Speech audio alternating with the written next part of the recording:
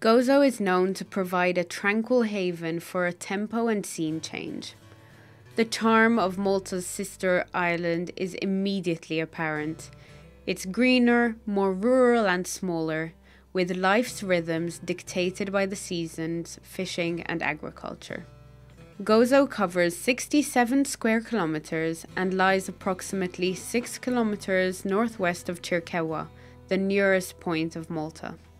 To keep it short and sweet, Malta is the bustling party, shopping and entertainment site, while Gozo is a more secluded and serene side. Gozo villages are so much more tranquil than the ones in Malta. An easy way to cross over to Gozo is by using one of the ferries operated by Gozo Channel. The trip takes less than half an hour, it's pleasant and comfortable.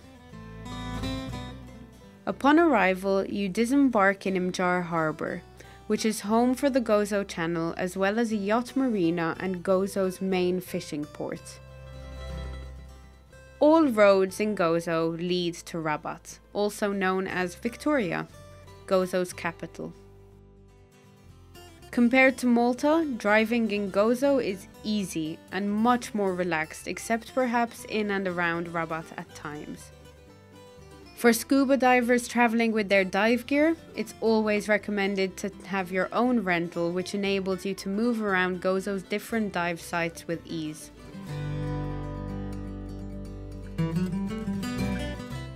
For my first 2-night stay in Gozo, I'll be staying in a 4-star accommodation in Shlendi Bay, with tastefully decorated bedrooms all equipped with air conditioning, a comfort that you would certainly need in the hot summer months.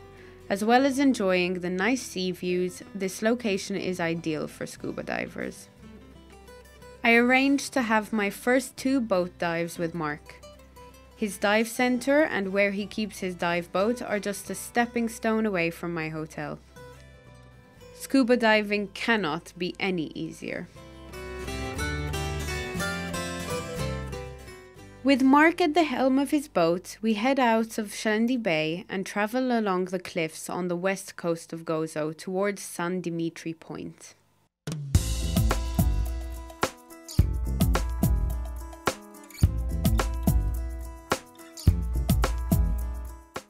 San Dimitri is a dive site on the north coast of Gozo. It's beneath high cliffs and the northwesternmost point of the island. So it is remote. It is remote for people who have to come from Malta, for example. It's quite far away. This dive site always attracts the interests of many divers. San Dimitri, being on the northwest coast of Gozo, is open to the northwest winds, the prevailing winds, and conditions need to be good to go and do this dive site. Mark anchors his boat on top of a reef and goes through his dive briefing. Since I needed some good footage of this dive site, Mark offered to help me out with filming and to show me the nice spots. The main attraction at San Dimitri is the marine life. We go there to look for fish. The most important thing for Mark is the marine life. He uses all his diving skills to find the fish. Most of the time, these were hidden in crevices. The marine life at San Dimitri is almost always good. On most occasions, we meet a shoal of barracudas. There are the occasional lobster, which are in the crevices beneath the rocks. There's a grouper that hide behind the rocks as well. And there's dentex that hunt deeper, and amberjack, they're quite common as well. Amberjack hunting normally in the blue.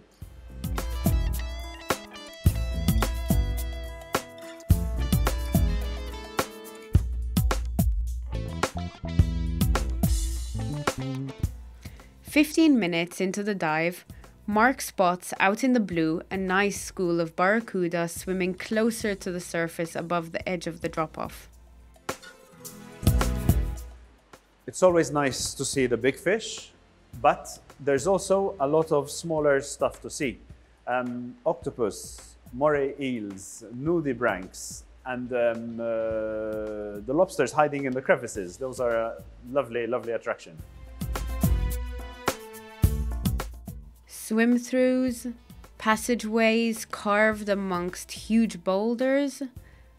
Diving underneath some of these boulders is always a thrill.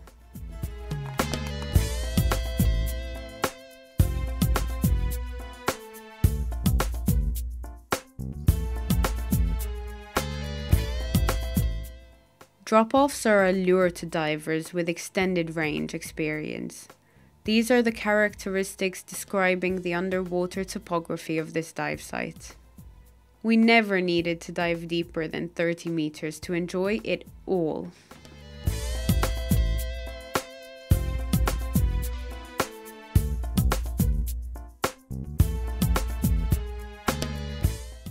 The depth at San Dimitri Point is gradual. So we start on the reef in like 5-6 meters of water, and then it drops slowly, and it's a brilliant dive site at any level. People who would like to stay more shallow can still have a great dive. There's still loads to see, even the shallow part of it. Further out, it gets deeper. Building up on some decompression stops is quite normal on this dive site. Staying on top of the shallow part of the reef makes your decompression obligation fun to carry out.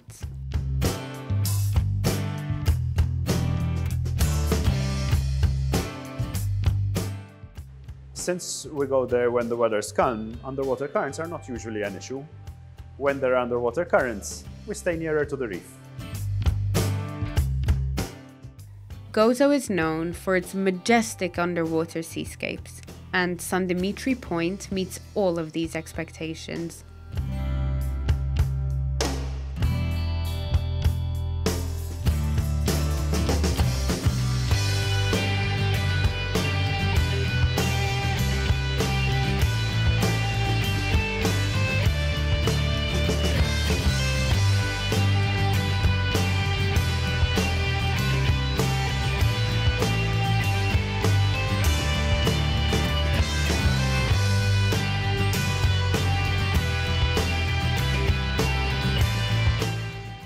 With a 4-day stay in Gozo and the entire island to explore, I immediately head towards the central part of Gozo where all roads converge.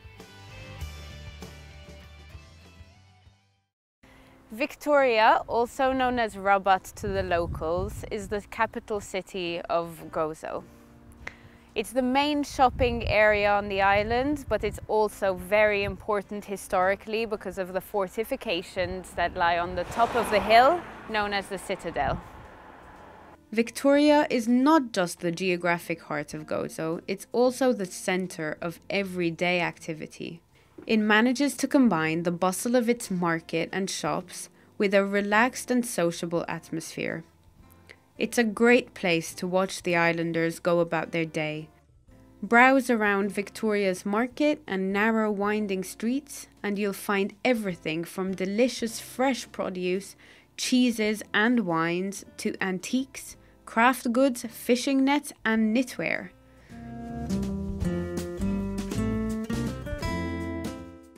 Rabat also has a thriving cultural life all of its own, with some surprising attractions ranging from music concerts, which attract the crowds. Every February, Carnival in Gozo is very popular with the locals. So once the pandemic is under control, we can start seeing these images of people gathering in large crowds once again.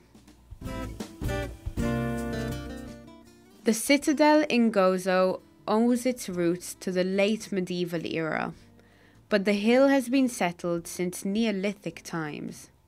For centuries, the citadel served as a sanctuary from attack by Barbary corsairs and Saracens. At several times during Gozo's history, these raiders took its population into slavery. After the Great Siege of 1565, the knights set about refortifying the citadel to provide refuge and defense against further attack. Until 1637, the Gozzitan population was required by law to spend their nights within the citadel for their own safety. Later, in more peaceful times, this restriction was lifted and people settled below its walls, creating the prosperous town of Rabat, now known as Victoria. Fast forward to our time. Nowadays, whenever activities are organized, many people gingerly flock beyond the bastion walls. The backdrop of the citadel inspires many local artists with a variety of ideas and themes such as fashion shows.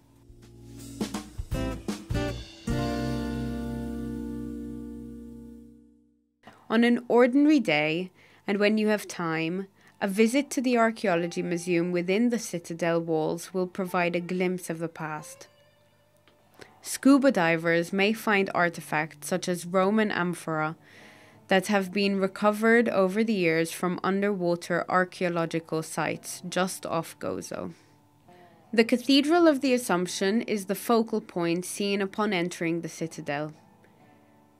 It is an architectural wonder with magnificent religious paintings decorating the ceiling. A visit to the citadel by night is a lovely experience not to be missed. The first view I got when I arrived in Gozo was Imjar Harbour, a scene so beautiful and serene that I had to go back for a closer look. Over the years, Imjar Harbour scenes have been captured by photographers and artists and by the many who approach the island from the sea, to be met by a humble harbour that is magical in its simplicity. The bustling activity of the ferries, yachts, the fishing boats swaying with busy fishermen preparing their nets is an engaging sight, a promise of a genuine experience on an island waiting to be discovered. Also, there are plenty of restaurants around Imjar Harbour to satisfy the taste for all the family, and you don't have to pay extra for the beautiful harbour views.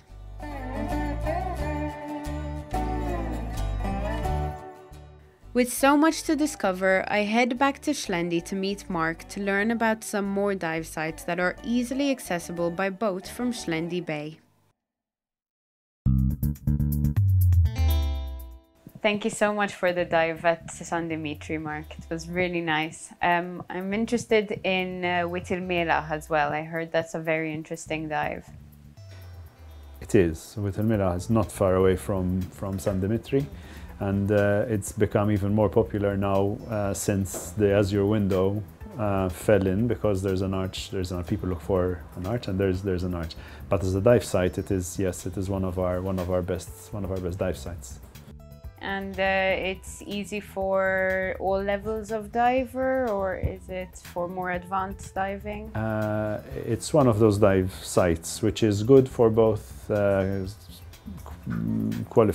Both divers qualified to first level and second level and third level. It's good for everybody, because the internal part of the reef is at like 18-19 meters, and it's extremely spectacular. It's probably where the most spectacular parts of the dive are, in relatively shallow water immediately beneath the arch, which is visible on land. What makes it special as well is it's quite hard to get there. The access is only by boat, and it's quite far away. Quite exposed to the northwest winds, and so you cannot really go there all the time, which makes it a bit more exclusive. So not everybody can actually make it to go to this dive site. And what about marine life? Is there anything interesting to see? Yes, first of all, the reef, the top of the reef is at about 12, 13, 15 meters, so it's quite good to anchor on. And on the inside of the reef, so between the reef and the land, where there's two obvious caves, actually caverns, and they're all open caverns, so they're practically anybody can go in, and they're not very deep. They're just super spectacular. The marine life is on the reef itself, around the reef on the deeper part, we often see barracudas there. And further towards Marsalforn, further east, the reef becomes a wall. It's a wall dive, and there's often fish hunting on this wall. Could be amberjacks, tuna, etc. Then there's lots of crevices and scorpion fish and all these colorful anemones and cardinal fish and even groupers. You know, it's very good for marine life as well. That sounds amazing. And I've also heard Crocodile Rock is an extremely good dive. Yes, Crocodile Rock is another of our our favorites. It's nearer. That's near Indwera. It's nearer to us. It's a lovely plateau. So the boat anchors. It's a boat dive. You can actually go there by shore as well, but it's quite far. It's quite far. Ideally, you go by boat. The boat anchors on the plateau, which is very shallow, and lovely for safety stops. So you can make a nice long dive. You know, do the deep part of the dive, and then spend lots of time near the anchor, on the reef, on the drop-offs, making the dive long and safe. But the drop-off itself drops from 4 or 5 meters to 30, 35, 40 and more. It's quite a deep dive. It's mainly a wall dive. You're diving on the wall. So there's no, unlike many other dive sites here where there's caves and caverns, this one is more of a wall dive. And the wall itself, in certain parts of it, are really nice. Lots of growth on them, and you can actually spend lots of time just looking at the wall and anemones and slipper lobsters maybe, and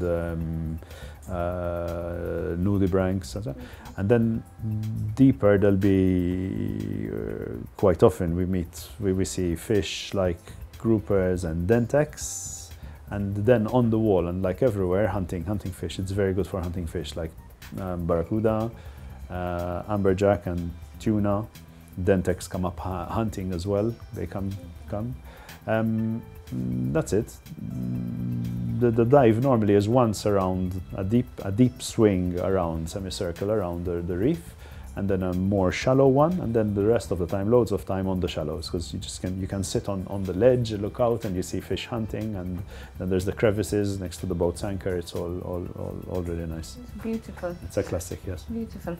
And I also heard about a recent discovery of a Phoenician wreck. Is that something that we would be able to dive sometime soon? Yes, there is a Phoenician wreck just outside Schlendi, really close to where we are now. It's 110 meters. Okay, so no, we cannot go and dive there. It's regulated by Heritage Malta. They're doing research on it every year and lots of studies. And one day soon, maybe it will be open for divers to go and visit. This is something which is completely unique in the world, and of course it is for only very specialized groups of divers who come with the Heritage Malta teams, you know. Okay, I guess if it's opened to the public at some point, it will only be for very technical divers. Yes, sure. 110 meters, it's no joke. Well, that's a shame, but maybe it can be something to do. It's actually super interesting. It's possibly the oldest wreck in the Mediterranean. It is a small ship, which is a Shelandion. The Phoenician name for it is Shelandion, and Schlendi, the word Schlendi is derived from the word Shelandion. So for us, this is very, very, very special. You know? Okay. That's really interesting. Well, hopefully one day I'll maybe be able to do some training to see some of the technical sites. So that's maybe, definitely on the list. Thank you very much. Thank you. You're welcome. With so many interesting dive sites at hand and a lot more places to visit around Gozo, I may have underestimated the time I need to spend in Gozo. It just looks like 4 days may not be enough.